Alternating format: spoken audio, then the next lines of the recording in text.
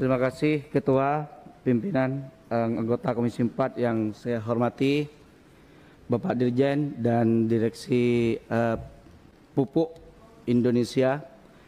Pertanyaan kami yang pertama, melihat hasil realisasi pupuk subsidi 2020, ini kita melihat 96% realisasi, Ketua. Pertanyaannya saya, 96% ini apakah realisasi ini hanya berdasarkan data dan angka saja, apa memang betul-betul berdasarkan angka real di lapangan? Boleh kita tanyakan, 55 anggota di Komisi 4 ini, 54 anggota dari berbagai dapil, dari berbagai fraksi, saya pastikan semua di wilayahnya ini bermasalah, betul enggak? Betul. Iya. Jadi 96% ini perlu menjadi pertanyaan, Ketua.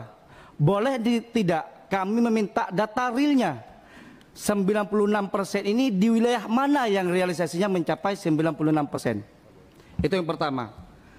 Kedua, melihat dan mendengar pernyataan dari Deputi Badan Koordinasi Pangan dan Agribisnis bahwa implementasi untuk pupuk subsidi wilayah Jawa dan Madura ini implementasinya 60%, 65%, dan realisasi penyaluran pupuk bersubsidi ini untuk wilayah Jawa Madura per 31 Desember ini mencapai 13,5%. Kebetulan Bu, saya petani dan saya juga anak petani dan saya juga berasal dari Madura, Bu. Boleh tidak kami melihat data dan angka dari 13% ini, data realnya di Madura ini di mana? Karena Madura ini terdiri dari 4 kabupaten, mayoritas semua mengeluh, Bu. Saya sebagai wakil dari mereka, berdasarkan kartu tani ataupun adanya kelangkaan pupuk di Madura ini amburadul, Bu, terus terang.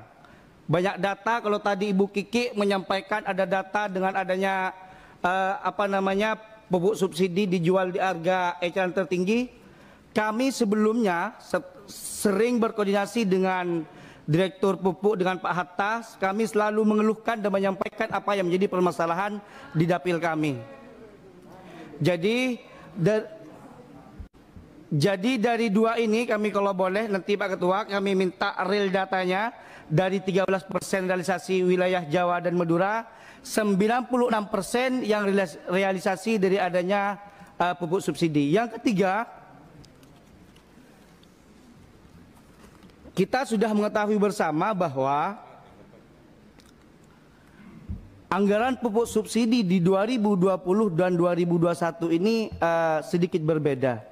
Bahwa di 2021 ini harga eceran tertingginya naik, tapi subsidinya menurun. Begitu Pak ya, Pak Sarwedi?